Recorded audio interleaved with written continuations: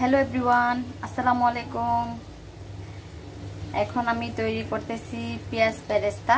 এটা হচ্ছে আমার হাতে এখন একটু সময় আছে, বাচ্চা ঘুমাচ্ছে, তখন চিন্তা করলাম যে আমি বেরেস্তাটা করে রাখি। যদি এইভাবে বেরেস্তাটা আগে থেকে রেডি করে রাখা যায় তাহলে অনেক সময় কিছু একটা রান্না করতে, যেসব রান্নাতে বেরেস্তা দরকার হয় সেই সব রান্না সময়টা কম লাগে। বেরেস্তাটা করতে তো অনেক সময় সাপেক্ষের ব্যাপার, আর হাতে যখন সময় থাকে তখন কিছু কিছু কাজ আগে থেকে করে রাখাই ভালো, তাহলে রান্নার সময় আর ঝামেলা পোহাতে হয় না। অনেক কিছুই আছে আগে থেকে রেডি করে রাখা যায়, আবার রাখলেও বেশ অনেক দিন সংরক্ষণ করে রাখা যায়। এসব কাজগুলো যখন হাতে সময় থাকে, নিজেরা ফ্রি থাকি, তখন যদি করে রাখি তাহলে খুব ইজিলি ওই কাজগুলো হয়ে যায়। আমরা অনেক সময় আলসেমির জন্য কাজগুলো করে রাখতে চাই না, তখন রান্নার সময় আমাদের আসলে অনেক ঝামেলা হয়, অনেক সময়ের দরকার হয়। অনেক সময় দেখা যায় যে মানে একটা কাজের জন্য আরেকটা কাজ আটকে থাকে, এরকমও অনেক সময় হয়। এই জন্য আমার হাতে যখন সময় থাকে তখন আমি যেই জিনিসগুলো সংরক্ষণ করে রাখা যায় ওই কাজগুলো আগে থেকে করে রাখি, যাতে আমার কাজের সময়টা কম লাগে। পেঁয়াজ বেরেস্তাটা কিন্তু অনেক সময় নিয়ে করতে হয়। চুলার আগুন হচ্ছে একদম লোরছি একটু বেশি আছে। এরকম করে যদি বেরেস্তাগুলো করা হয় তাহলে এরকমই হবে। এই যে দেখেন, এই বেরেস্তাগুলো কত মুচমুচে হয়েছে, এই যে দেখেন কত মুচমুচে হয়েছে, ভেঙে যাচ্ছে চাপ দিলে একদম। এই যে জর্জরা মুচমুচে এরকমই হয়েছে। এইগুলো এখন আমি কাছের জারে পরে অনেক দিন রাখতে পারবো। বাহিরে রাখলেও প্রায় মাস দেড়েক মতো ভালো থাকে, নর্মাল ফ্রিজে রাখলে তো আরো অনেক দিন ভালো থাকবে। আপনারা চাইলে কিন্তু এগুলো ইজিলি করতে পারেন। এগুলো গরম, একটু আগে নামাইছি। এগুলো কিন্তু নামানোর সময় যখন একটু লালচে থাক, মানে লালচে হয়ে উঠে, তখনই নামিয়ে ফেলতে হবে। না হলে হবে কি, এক পাশ দিয়ে বেশি হয়ে যাবে আর এক পাশ দিয়ে কম হবে। একটু লাল হয়ে উঠলে তখন নামিয়ে ফেলে। গরমে এখানে নামানোর পরে যখন গরম থাকবে তখন দেখা যাবে কি এটা খুব সুন্দর করে সবগুলোই সমান তালে লাল হয়ে যাবে। বেরেস্তা ভাজার সময় একটা জিনিস খেয়াল করতে হয়, এই যে চারোপাশ দিয়ে এটা কিন্তু বারবার মধ্যখানে নিয়ে আসতে হয়, না হলে চারোপাশে হয়ে যায়। আবার দেখা যায় যে মধ্যেগুলো কাঁচা থেকে যায়। অনেকে বলবেন আমি তেল কম দিয়ে করতেছি, আসলে তেল কম দিয়েও করা যায়। দেখেন এই যে আমার এইখানেও কিন্তু আমি দেখাই, এই যে তেল কিন্তু আছে, অনেক যে কম তা কিন্তু না। আমি এগুলো বেজে নিয়েছি, এটা হচ্ছে সবচেয়ে লাস্ট আর কি। আর নাই, আমি এতটুকুই বেজে রেখে দিব, প্রায় আমার 1 জার মতো হবে। এটা দিয়ে আমার অনেক দিন চলে যাবে। এটা বিরিয়ানি, এরপরে হচ্ছে একটু মুড়ি মাখাইলে, আবার হচ্ছে হালিম, চটপটি, মানে সব কিছুতেই উপরে বেরেস্তাটা দিলে দেখতেও সুন্দর লাগে। বেরেস্তার গন্ধটা তো অসাধারণ হয়। মানে আমার বেরেস্তা দিয়ে অনেক খাবারেই বেরেস্তা দিয়ে খাওয়া টেস্ট চেঞ্জ হয়ে যায়। আবার হয় কি, ভর্তা তো বেরেস্তা দিয়ে খেতে পারেন। অনেকে হচ্ছে পেঁয়াজ, কাঁচা পেঁয়াজ খেতে পারে না বিভিন্ন ওষুধের কারণে, বিভিন্ন কারণে। এর জন্য আসলে আমি এটা দুইটা কারণেই করতেছি। বাবুর বাবা হচ্ছে কাঁচা পেঁয়াজ খেতে পারবে না, সে কিছু ওষুধ খাচ্ছে, সে তো অসুস্থ। পরে চিন্তা করলাম আমার যখন ভর্তা করতে হবে, হুট করে আমি তো সবসময় আর পেঁয়াজ বেরেস্তা করে করতে পারবো না, পেঁয়াজ না দিয়েও তো আর ভর্তা ভালো লাগবে না। এই জন্য ওর ভর্তাতে যাতে ব্যবহার করতে পারি, আর যাতে আমার রান্না তো দরকার হলে আমি হুট করে ব্যবহার করতে পারি, এই জন্য হচ্ছে আমি একটু করে রাখতেছি। এখন হাতেও একটু সময় আছে, বাচ্চারা সবাই ঘুমাচ্ছে। আপনারাও চাইলে নিজের কাজকে সহজ করার জন্য এগুলো করে রাখতে পারেন। যেটা আমার প্রায় হয়ে আসছে, আর 2-1 মিনিট লাগবে।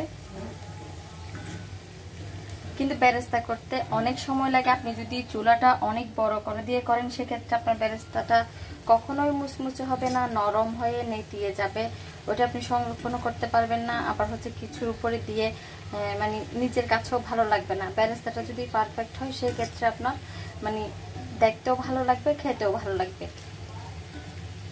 বেরেস্তার কারণে অনেক খাবারের টেস্ট কিন্তু চেঞ্জ হয়ে যায়। অনেক অনেক খাবার আছে এমন, মানে রোস্ট যখন আপনি করতে যাবেন, আপনি বেরেস্তা যখন একটু ভেঙে দিয়ে করবেন, মানে মেরিনেট করার সময়, তখন একটা অনেক সুন্দর গন্ধ আসবে। এটা আপনার দেখে, মানে গন্ধটা দেখে বুঝতে পারবেন, বা যখন মাখাবেন তখন নিচে নাকে এসে যখন এই গন্ধটা আসবে তখন এমনি ভালো লাগবে। এরকম আরও অনেক খাবার আছে যে খাবার আমাদের প্রতিনিয়তই বেরেস্তাটা দরকার হয়। আবার বাজার জিরার গুঁড়া যেটা, ওইটা দরকার হয়, আদা রসুন দরকার হয়। এগুলো আসলে আগে থেকে যদি রেডি থাকে রান্নার কাজটা একটু সহজ হয়ে যায়।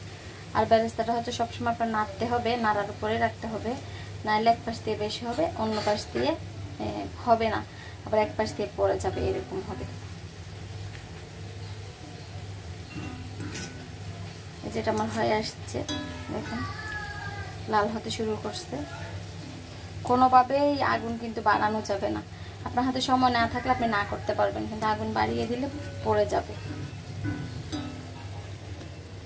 এটা হচ্ছে একদম পারফেক্ট কালার এসছে আমার।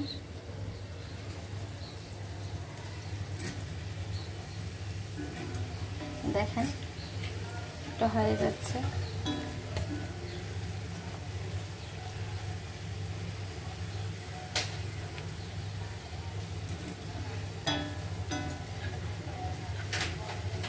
আসলে রান্নার বিষয়টা হচ্ছে একটা আর্ট, নিজে মন থেকে সময় নিয়ে করলে এটা একরকম হয়, আবার হচ্ছে করতে হচ্ছে করা একটা বিষয়, আবার নিজে আনন্দ দিয়ে মন থেকে করা এটা হচ্ছে আর একটা বিষয়।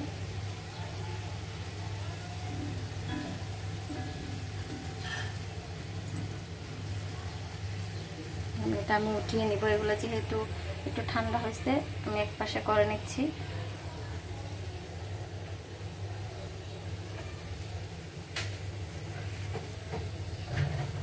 কারণ এগুলোর উপরে যদি আমি আবার গরমটা রাখি সেক্ষেত্রে এগুলো হচ্ছে বেশি হয়ে যাবে।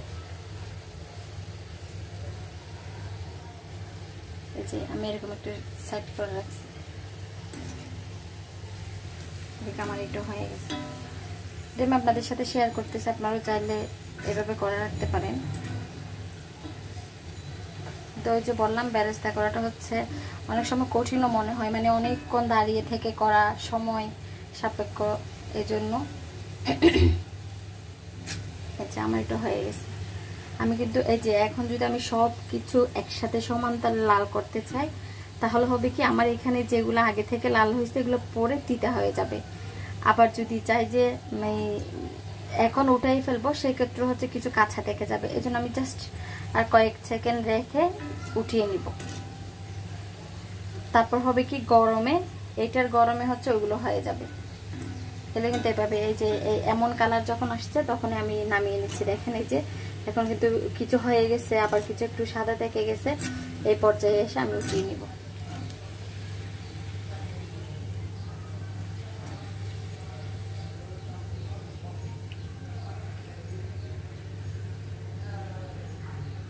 উঠিয়ে নিচ্ছি। এখন এটার গরমে কিন্তু এগুলো হয়ে যাবে।